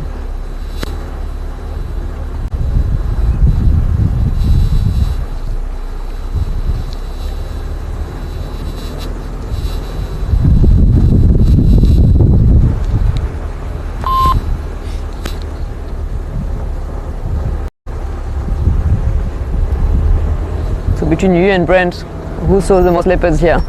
Yeah. I know it's not a competition, but still, let's count, really. Definitely me. No, I have no idea. We both had our fair share. Is it? Yeah, I think also, you know, Brent's also spent so much time away from the Rietspruit whilst he was operating, you know, all over Africa and specifically also here at Pridelands.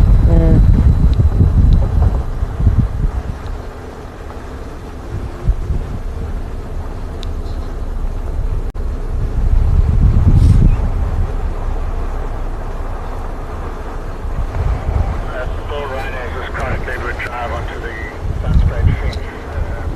Probably on the fence now.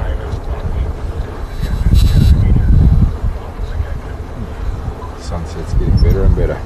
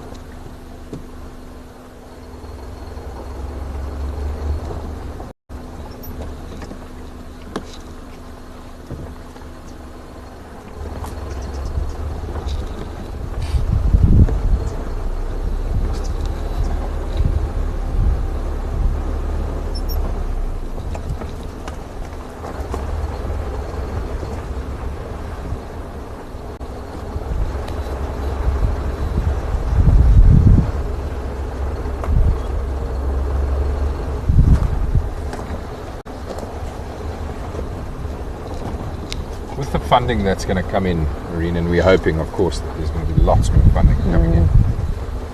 What exactly are you spending that money on? What do you need? What is it that you spend that cash on? So like right now, like most of the funds to be completely open.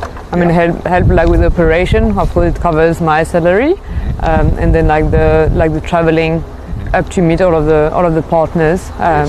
That it is of course costing a bit. So that's what's the biggest chunk for now, basically. But now we're hoping, like I said, like by February, March next year, they will be like much more viable than we are now. Yes. And then we can really spend the money, as I mentioned, like on hiring someone, getting like, the right equipment and all of that also. Camera traps. Yeah, absolutely. Camera traps, like something like a laptop, you know, like I've been using my own laptop that is full constantly and became very slow since I took over the project. So it's just also like operations like that. Yeah. I think, you know, it's quite interesting because when you apply for funding in general, it always says we never cover salaries. But if no one, I mean, people don't do this, can't do it for free neither. No, So definitely cannot. so it's actually it's quite I think it's quite sad because even if they are like passion jobs, Yeah. we still need a living out of it. So, Sure. so yeah. Just busy appreciating this gorgeous sunset here, everybody, over the Drakensberg while we listen again.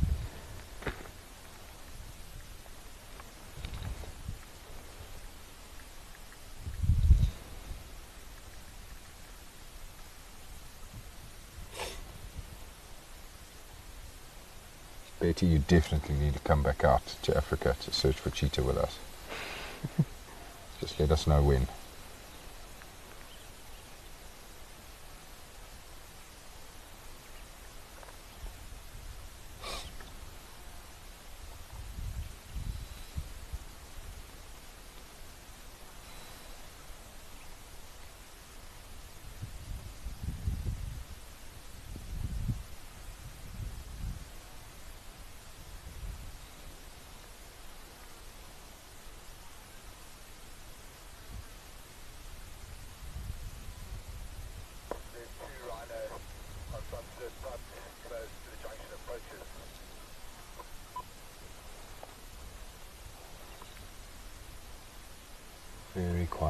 Let's move a little bit further up.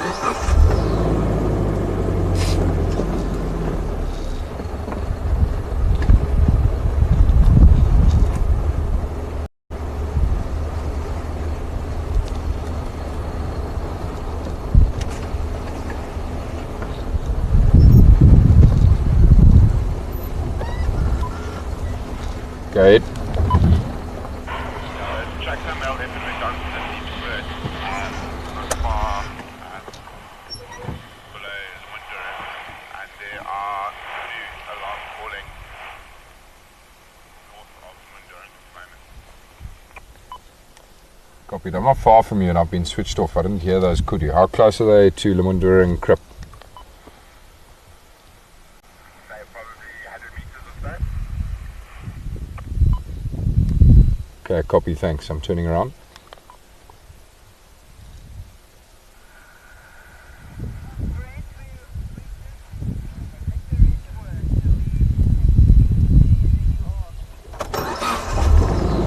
Cool. Interesting. So Brent said he's heard kudu alarm calling now, everybody. Pretty close to where we were stopped earlier when Marine and I were both off the vehicle. So pretty close to that waterhole. Gonna quickly shoot back there. Could be our leopard.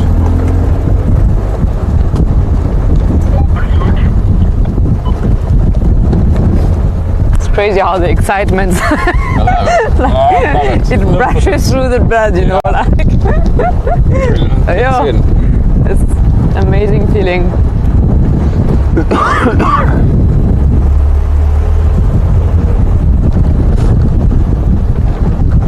When you get onto Ferrari Safari, then that's that's a good time. Correct. Yeah.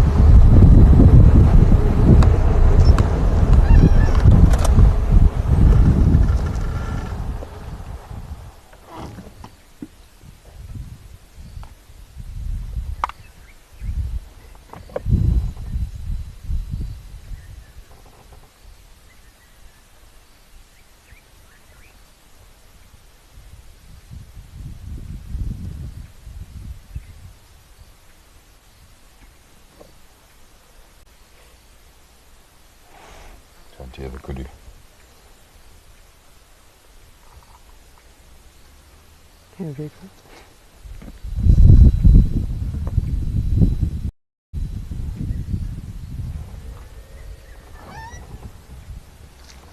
Be a bit of a guessing game now. We'll go back to that rock though. It just looks like the perfect place for a leopard to come up and sit on it, doesn't it? Let's quickly get in there and we'll just sit there for a couple of minutes and then work our way back to the waterhole. Because this leopard might go there for a drink.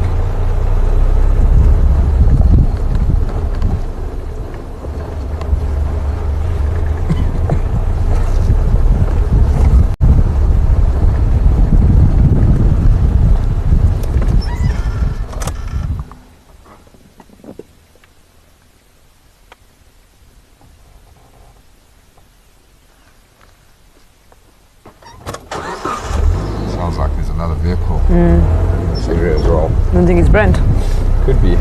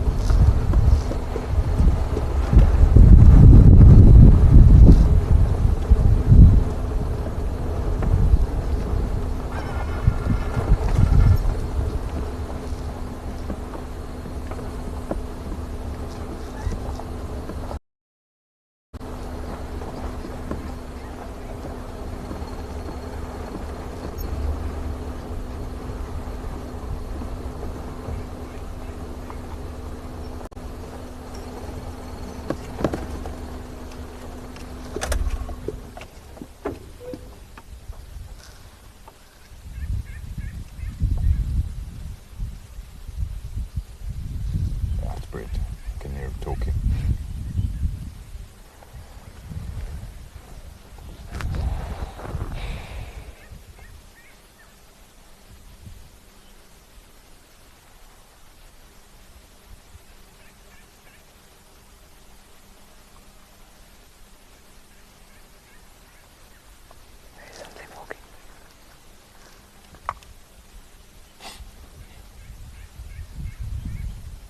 Birds alarm calling in the riverbed as well.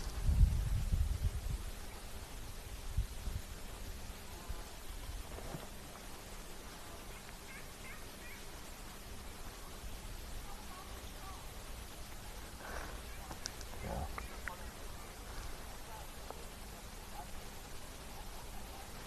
Something moving in there. Yeah, it's not far. Not sure what it is.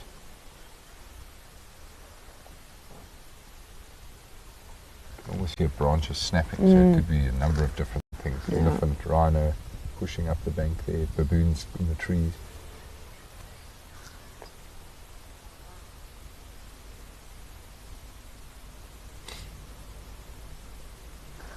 Imagine now you just see the leopard Oh my walking God. up the rock. That's exactly why we're sitting here, Marie. No. Imagine that happens.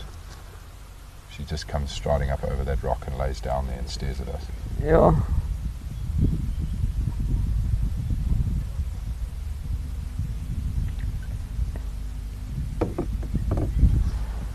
Interesting. Just going to take a short walk, guys. In the vehicle, just poke my head over that rock. Ah, you see baboons.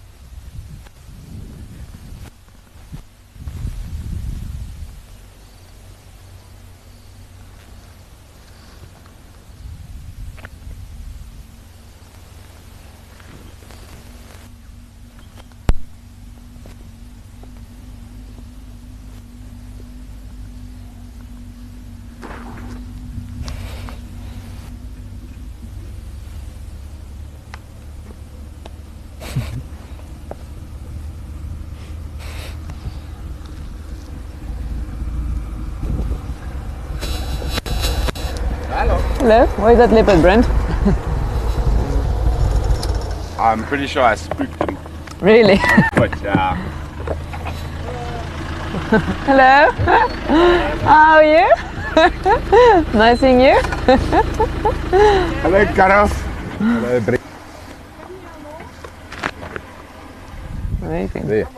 I'm pretty sure I spooked him on foot. Now here there's baubles right here. A little bit low outside. I am too. Hi. Hi, I'm Marine. Nice to meet you. Hi, Marine. Hi. Nice to meet you, Marine. You're the leopard lady. Yes, it's me. It's me. Sent you the images on email a while back. Oh yes, yeah, correct. Oh, thank you very much for participating. It's awesome. Haven't you talk on Yeah, but they're not as Thursday? male. Nice. So tomorrow. Yeah, yeah, Tomorrow is Thursday, by the way. Yes, correct. Yeah. Shopping these tracks. I'm so losing track of time. But I mean, I'm pretty sure I spooked him. Yeah, So I was amazing. probably about 100 meters from here. Sure. Okay. Sneaky bugger. Anyway, Oh, yeah. Still fun. good luck, guys. Thank you. I think the best chance, like, I mean, with all that dark, stormy weather we've had, they're all happily sitting on kills somewhere. Yeah, probably. Yeah. She's got a microphone, just so you know. May I ask you what you actually do? After drive. Okay. Come on, Marine. Let me I- pull you we'll away have a from chat. the mob. We'll probably meet tomorrow. There's a whole meeting tomorrow. Colin, behave yourself. Okay, guys. I'll see you. Cheers, see you later. Colin, you can't take the extra. See you tomorrow.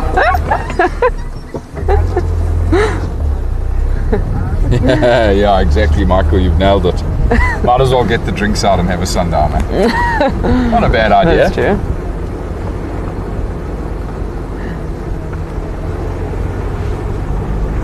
Right. Far too much noise in that area now, so we're definitely not sticking around there.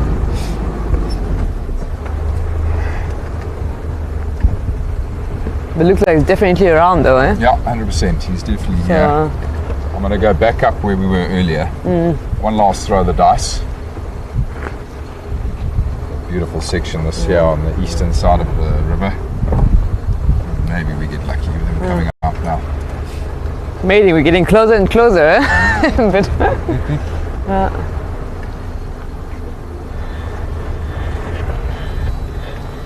must have happened to you that you were tracking an animal and then you saw his track behind your vehicle. 100%. Many times. Maybe quite frustrating. It is. He's tracking you basically. I've had an experience where I was tracking a female leopard with her cubs, 2 sub-adult cubs, in the Sabi sand. My tracker and I were following the tracks. My tracker went one way on one set of tracks, I went another way. Because of course there's 3 leopards there now walking there. And he moved off quite a distance. And I'd lost the tracks I was following. And so I turned around to head back to the vehicle. And one of the sub-adults had been following me Really? for 300 meters, and I know it's 300 meters because when I turned around and looked at this leopard, it spooked and moved away. And then I went back on the very same game path I'd been following, and you could see the leopard's tracks on top of my shoe print. Oh, that's amazing. So this leopard had been following me for a couple of 100 meters. I had no idea it was right behind me. Thank God it was just a sub-adult. I'll never forget that. So we should always be looking at the behind us also, because I mean, You just never know. yeah. It's one of the trackers that I worked with was tracking a leopard, and he's quite far up ahead on the road, and I hadn't even been paying attention. I'm turned around busy chatting with my guests. This tracker of mine had gone off, and he's coming back and he's busy looking at the tracks like this, you know, like I say, a couple of 100 yards in front of us. And one of my guests says to me, "What's in the tree above Colin?" And I shit you not, he's busy looking like this on the ground, and this male leopard is draped over a marula branch above his head. He hasn't even seen it. Oh wow. It was deep inside the foliage of that marula tree, and my guest had spotted the one paw drop down off the tree. That she picked up on that movement, and that's when she said, "What is that above Colin's head?" He's literally and then he looks up and he just looks back at the vehicle and smiles and goes like this. Found it. It's here, everybody. Oh my God. That's amazing. What a classic moment. Yeah.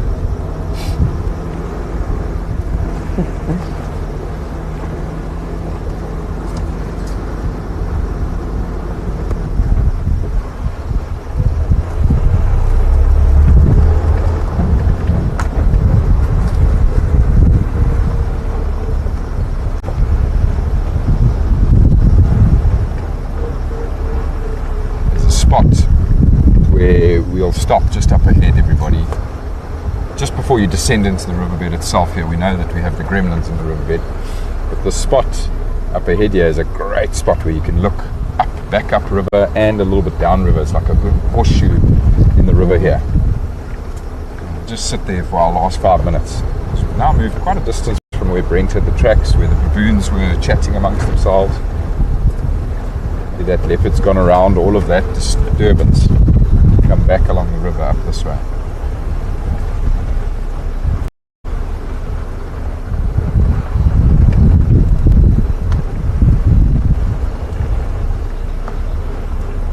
Copy.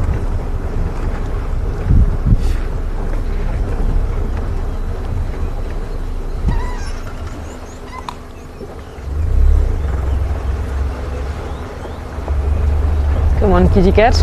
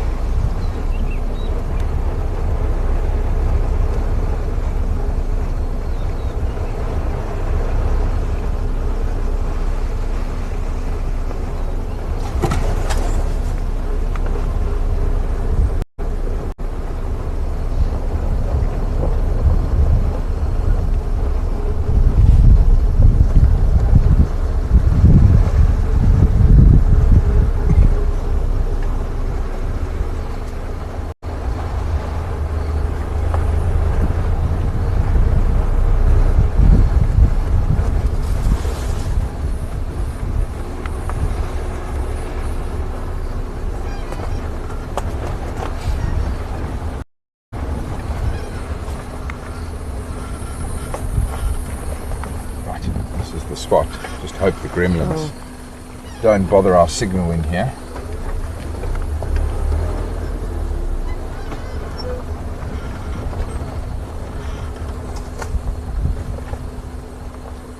Sure, such a perfect habitat. Yeah. Just through there. Terminal flyback.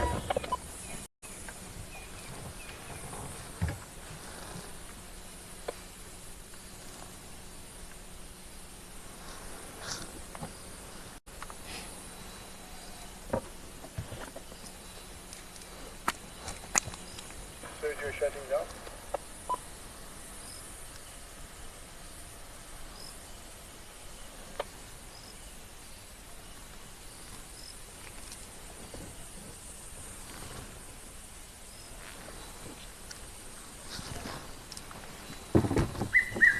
Oh, lovely. Red-chested cuckoo calling again. The bird that you hear but never see. Yeah, very shy.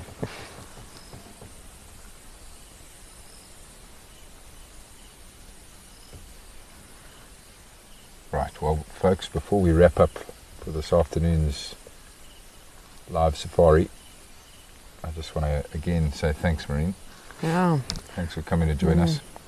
Yeah, thank you for the opportunity. I mean, Of it's course. just amazing to be back here. And Yeah, we didn't find a leopard yet, but operative word being yet. yeah, nice, exactly. We've still got tomorrow afternoon for you here with us, and fingers crossed we'll pull it off. But it's been a beautiful afternoon and wonderful to catch up with you and chat about your work. And thank you to the pack for making this drive possible with me. We're Yeah, grateful that's to you. true.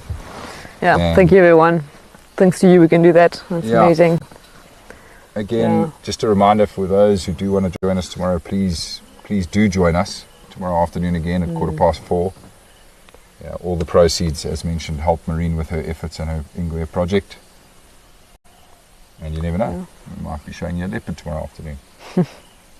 We Fingers crossed. Yeah, exactly. Yeah.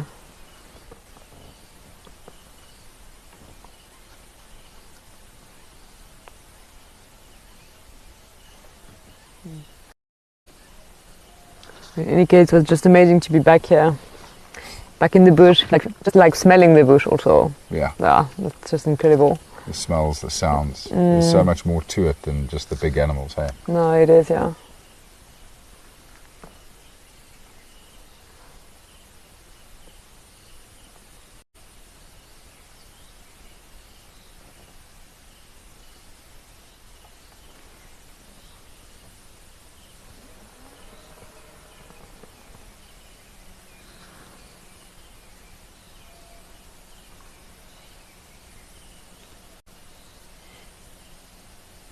All right, everybody.